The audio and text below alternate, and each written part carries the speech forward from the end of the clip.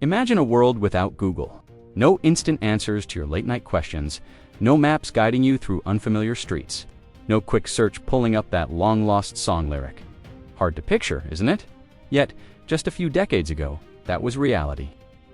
The internet was there, sure, but it was chaotic, scattered, and painfully slow to navigate. In that messy, unorganized digital frontier, two unlikely heroes, Larry Page and Sergey Brin, were quietly working on something in a cramped Stanford dorm room that would forever change how we live, think, and connect. It wasn't some grand corporate operation at first. Picture stacks of pizza boxes, secondhand computer parts spread across desks, and wires running everywhere. This wasn't the birth of a tech giant. It was the messy beginning of a simple idea. Make the internet useful. Larry, with his obsession for data and structure, and Sergey, with his sharp mathematical mind. Or in T, just chasing grades or a research project, they were trying to solve a problem everyone had but few could even define. And here's where the story takes an unexpected turn. This wasn't just about building a better search engine. Others had tried that and failed. It was about rethinking the very logic of how information should be found. Instead of treating web pages like isolated islands, they decided to map the internet like a living, breathing network where connections, not just content, determined value. That single shift in perspective would set off a chain of events leading from those cramped dorm rooms to a company worth hundreds of billions. But back then, no one knew their names. No one believed their idea would work. And yet, piece by piece, they were quietly laying the foundation for a revolution.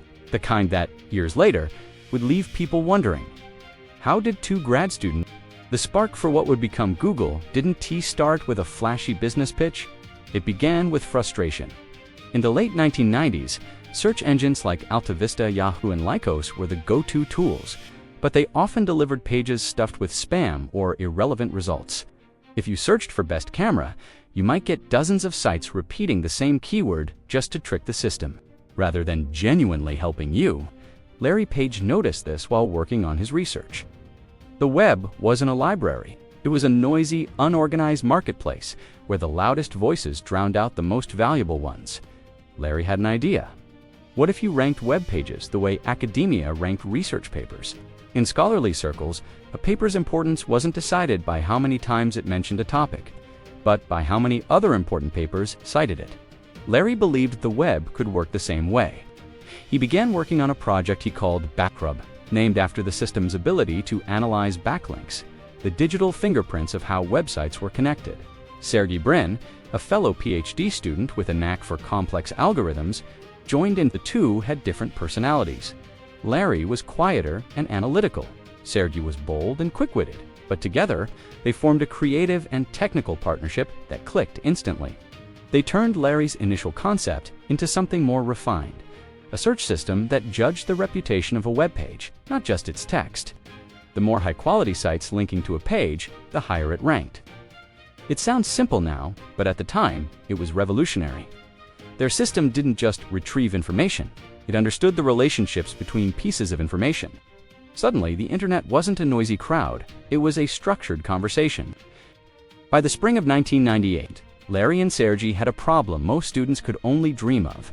Their little side project was becoming too good to keep contained within Stanford's walls. The servers running their search engine were overloaded, humming day and night as more students and even people outside the university started using it. They needed more computing power, more storage, and most of all, money. But here's the catch. Neither Larry nor Sergey really wanted to start a company. They were researchers, not entrepreneurs, and the idea of managing a business felt foreign.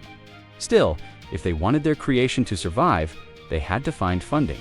They first tried selling the technology. In fact, they offered it to some of the biggest internet companies at the time, including Yahoo. The price, just $1 million. Shockingly, every single one passed. Yahoo told them they didn't need better search. They wanted users to spend more time clicking around their site, not find answers too quickly. It was a short-sighted decision that would become legendary in tech history. With no buyers, Larry and Sergey reluctantly decided to take matters into their own hands. They incorporated their company in September 1998, choosing a name inspired by the mathematical term Google, the number 1 followed by 100 zeros. Symbolizing their mission to organize an unimaginable amount of information, Google Inc. was officially born, operating out of a friend's garage in Menlo Park, California. That friend, Susan Wojcicki, who later became the CEO of YouTube. The garage was far from glamorous. It had a single desk, a ping pong table doubling as a workspace, and a constant smell of oil from the garage door mechanism, with $100,000 in the bank and their tiny garage buzzing with activity. Larry and Sergey finally had the resources to think bigger. They hired their first employees, a handful of engineers who shared the same obsession with building a search engine that actually worked.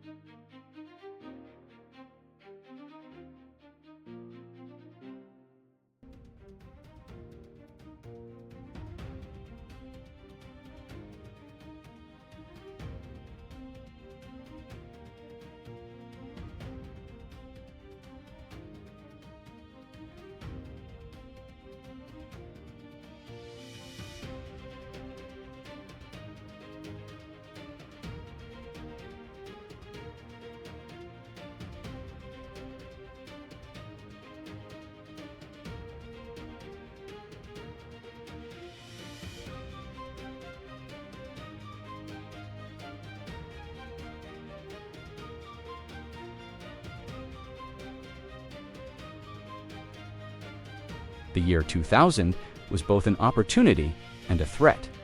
The internet was booming, but it was also bursting. The dot-com crash was wiping out startups left and right. Investors were pulling their money, and the media was declaring the internet gold rush over. For Google, survival meant figuring out how to earn revenue without turning into the cluttered, ad-choked mess they had worked so hard to avoid. Larry and Sergey resisted traditional banner ads because they slowed down the site and distracted users. Instead, they envisioned something radically different.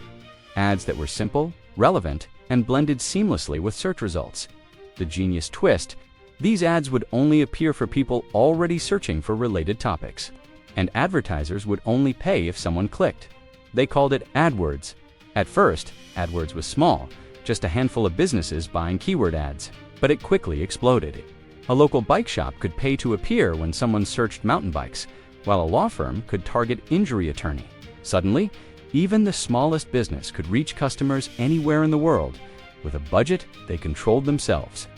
This model wasn't just clever, it was a money machine.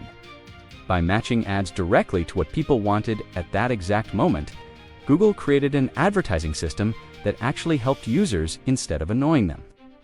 Within a year, revenue soared. Google was no longer just a cool search tool. It was becoming a profitable, unstoppable force. And as money started pouring in, Larry and Sergey doubled down on their mission. They expanded their team, upgraded their technology, and set an ambitious goal to index every single page on the internet. That meant faster servers, smarter algorithms, and constant innovation.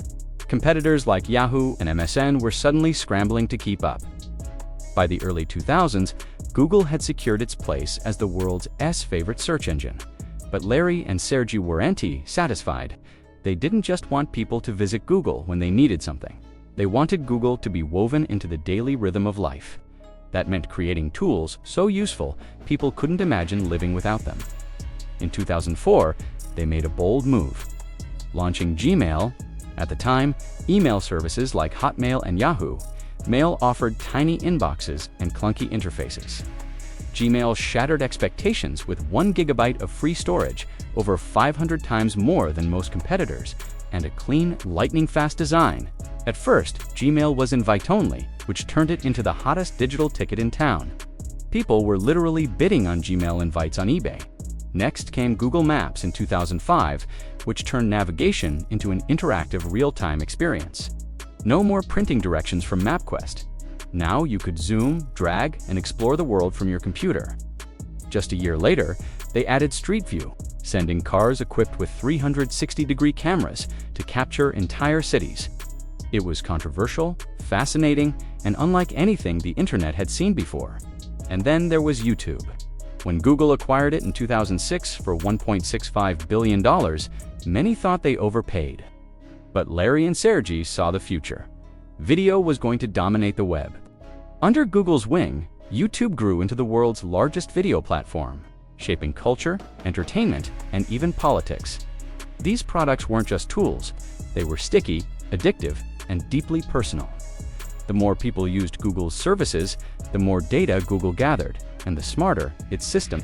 By the late 2000s, Google wasn't just a search engine or a collection of useful tools, it was becoming the backbone of the internet. Every day, billions of searches flowed through its servers. Millions relied on Gmail for communication, on Google Maps to navigate, on YouTube for entertainment, and on Android, Google's mobile operating system, to power their smartphones. For many, going online simply meant using Google. That kind of dominance came with staggering power. Google could influence which websites thrived and which disappeared simply by adjusting its search algorithm. Businesses lived and died by their Google rankings. A top search result could mean millions in revenue, while a drop in ranking could be devastating. This made the company both admired and feared. As Google's reach expanded, so did scrutiny. Regulators in the US and Europe began investigating whether Google was abusing its dominance to crush competitors. Publishers accused it of siphoning their ad revenue. Rival tech companies claimed its search results favored Google's own services, and privacy advocates raised alarms about how much data the company was collecting. Inside Google, these concerns sparked a cultural shift. The company had famously adopted the informal motto, "Don't be evil." In its early days, a cheeky reminder to stay grounded. But now, some critics argued that Google was drifting away from that ideal, with billions in revenue flowing in from AdWords and its ever-growing suite of products. Larry and Sergey poured resources into what they called moonshot projects, bold, risky experiments that could change the world if they worked. One of the most ambitious was self-driving cars. In 2009, Google quietly launched a secret team called Project Chauffeur, later known as Waymo. The goal, to create vehicles that could navigate without a human driver, potentially reducing accidents, easing traffic, and transforming cities.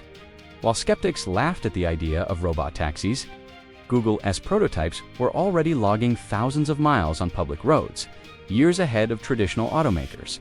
Then there was Google Glass, a futuristic pair of smart glasses that overlaid digital information on the real world. The concept was straight out of science fiction: hands-free video calls, instant translations, and maps displayed right in your field of vision. Though the first version was too expensive and awkward to catch on with the public, it proved that Google wasn't afraid to fail in the pursuit of innovation. They also tackled global problems. Through projects like Loon, Google experimented with delivering internet access to remote regions using giant balloons floating in the stratosphere. In the medical field, Google's AI division began working on early disease detection and advanced health data analysis, aiming to save millions of lives. In 2015, the company took a dramatic step and reorganized itself under a new parent company, Alphabet Inc. This allowed Google to continue running its core products: search, ads, and maps. YouTube, while giving its more experimental divisions room to grow without being tied to short-term profits. It was a signal to the world. Google wasn't just a tech company anymore, it was a technology empire with the resources. By the late 2010s and into the 2020s, Google had become a permanent fixture in everyday life. Billions of people used its products daily, often without even realizing how many times they were touching Google's ecosystem. Searching, watching, navigating, translating, paying, storing files, and even controlling smart home devices. It wasn't just a company. It was a constant companion, woven into the background of modern living. On one hand, the successes were staggering. Google's AI research was breaking barriers in language understanding. image recognition, and machine learning. Google Photos could organize entire libraries automatically. Google Translate was erasing language barriers in real time. And Google Assistant was making voice-powered computing feel natural. The company had built products that made life easier, faster, and more connected. On the other hand, the criticisms had grown sharper. Lawmakers and regulators around the world were launching investigations into its dominance in search and advertising. Antitrust lawsuits accused Google of stifling competition, and privacy advocates warned about the unprecedented amount of personal data it collected. Public trust, once nearly unshakable, was being tested. The company's influence on culture was equally undeniable. YouTube, now one of Google's crown jewels, wasn't just an entertainment hub. It had become a stage where global movements could start, creators could rise from obscurity to fame, and entire industries could be reshaped. But with that influence came the difficult responsibility of moderating billions of hours of content, balancing free expression with the need to prevent harm. Through it all, Google kept moving forward. From the moment Larry Page and Sergey Brin began tinkering with Backrub in that cramped Stanford dorm room, their mission was simple yet audacious: make the world's information universally accessible and useful. What they could never have fully imagined was how deeply their creation would embed itself into the fabric of human life. Today, the word Google, ESNT, just the name of a company. It's a verb, a reflex, a part of our vocabulary. Need an answer? You Google it. Need directions? Google Maps. Want to watch something? YouTube, owned by Google, has it. In just over 2 decades, a side project born out of academic curiosity became the primary gateway to knowledge for billions of people. But Google's story isn't just about success, it's about evolution. It's about a company that grew from selling a $1 million idea nobody wanted to building one of the most valuable brands in history. It's about taking risks on moonshot projects that sometimes failed spectacularly, yet pushed the limits of what technology could be. It's about adapting to new eras of the internet, surviving economic crashes, fierce competition, and waves of controversy. And perhaps most importantly, it's about influence, not just in business, but in the way humans interact with the world. Google has shaped how we think, how we learn, how we travel, how we shop, and even how we dream. Its tools have given people